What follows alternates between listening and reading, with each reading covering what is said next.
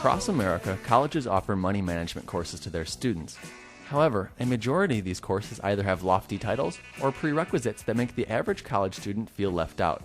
Even worse, a majority of college students are not taking the initiative to educate themselves about money management and setting up a sturdy financial foundation for themselves.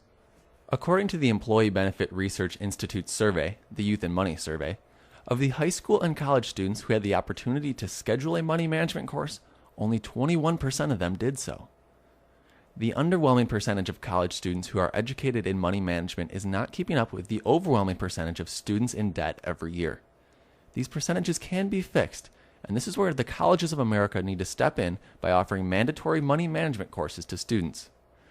Today we'll look at the extensive need for college students to receive this money management education in a college setting. We'll also take a look at how a local university is running their money management course. And finally, we'll look at what should be involved in a money management course and how it would positively affect college students by setting them up with the all-important financial foundation.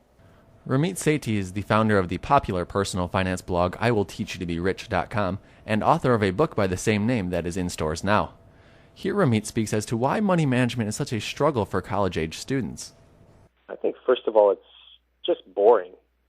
If you have to manage your money, what we typically think of when it comes to personal finance is someone telling us no. No, you can't spend money on lattes. No, you can't go on vacation for spring break. No, you can't do this. No, you can't do that, which is really not the case, but that's what we think about it. It's also not tied to today. If we save money today, what does it really matter? We're still in college. It's confusing. Should I manage my Roth IRA? Should I change my asset allocation? Should I consolidate my loans? And then I think it's full of people trying to take your money. So there's all these reasons that conspire against us to have us just not manage our money, which ironically is the worst thing we can do. By avoiding money management education, students are not only hurting themselves, but hurting their futures. Financially, this is the worst thing a student can do, as Ramit explains why starting young is so vital for a college student. These are the years where it really, really pays off to invest. You can invest even just for 10 years when you're in college and never again after that, and you will actually make more money than someone who invests for 30 years if they start in their 30s. And that's an astounding fact, but we don't start. And I think in general we put it off until tomorrow, and it becomes increasingly harder to change our habits as we get older. Although college students take a variety of courses, money management is a subject repeatedly left out of the course catalog. Ramit explains why colleges can't assume students will learn money management education and why colleges need to take the initiative to teach this subject to students. We graduate with all these requirements in all these different areas, and I understand that schools are not technical schools. But what could be more fundamental than managing money, particularly in this environment? I think that there should be more mandatory money management classes. Notice I said classes, not class, because teaching people once is not enough to change behavior. And this is really an attitudinal and behavioral change that needs to happen when it comes to managing money. It's not natural to know exactly what to do with your money. There's a lot of stuff that really has to be taught. Throughout America's college campuses, it has become synonymous to group students with apathy in regards to money management. According to the article Personal Investment Literacy Among College Students, only 20% of college students consider themselves very knowledgeable about money and investments. With all of these stats pushing against college students, colleges are still reluctant in offering mandatory money management courses.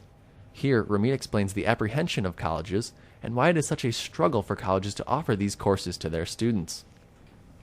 First, I think just momentum. We haven't done it before. It's hard to change things, and universities and organizations, for that matter, are inherently conservative.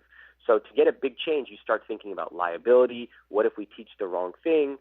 Then you talk about who's actually going to teach this? Do we have people that are qualified to do it? And all of a sudden you get into cost.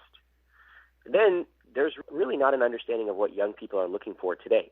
The people who would be teaching it are from a different generation because young people are not balancing our checkbooks.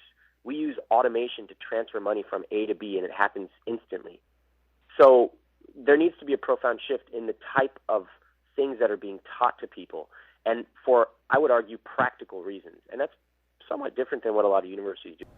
With all of these negative forces pushing against college students and their money management, The colleges need to take a bigger stand in educating their students in this subject with basic money management courses offered to all students regardless of prerequisites. Benedictine University in Lisle, Illinois is doing just this with their new course, Managing Personal Spending and Savings. This 8-week course, which started in the fall of 2008, teaches budgeting, savings, and smart credit card usage. Although the course is not mandatory, Benedictine is showing great initiative by offering a basic money management course available to all students. Vicki Jobst is an accounting instructor at Benedictine and taught this specific course. She spoke very highly of what this course did for the students and their money management skills.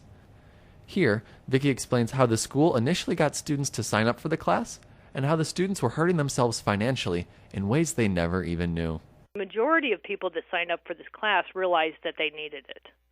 And there's some ways that they realized that, and one of the big ways that they realized that is that they were incurring overdrafts on their checking accounts due to debit cards. They might have been they have student loans, and so they realized that they had a lot of money they were going to have to pay back in the future, and they didn't really have any idea of how they're going to be able to do that and how they're going to be able to manage their money just during their college years. They get all kinds of credit card offers from companies, and you don't really have to have any income. The credit card companies want these students to open credit card accounts. And they might have been in a little bit of trouble that way in terms of how much they owed and not being able to pay off the balance every period. So there wasn't any, we had like over 30 people register for this class. And with just the publicity that I had mentioned before. So I think there was really a feeling that they needed it. I didn't really think we had to really convince them at all. The course also included a service learning aspect, which required the students to go to local middle schools and teach what they had learned to a younger generation. The junior achievement was really, really rewarding for them. The junior high school students kind of looked up to them, and they really enjoyed passing on that information and teaching. In fact, I have one student that decided to go into the School of Education and become a business teacher in a high school because of this experience. So he changed his major. Benedictine University and a lot of other colleges have shown great initiative by implementing these beginning money management courses into their course catalogs. However, these courses are not mandatory, and a small percentage of students are going to continue to show up until these courses are required by the college as a graduation requirement. These classes not only provide a great financial foundation for students, but they also allow students to learn important financial information at a young age when saving and budgeting is on their side thanks to compound interest and lower tax brackets. Here, Vicki explains why it is important for colleges to offer these courses and why it has been such a struggle for them to do so. I think by the time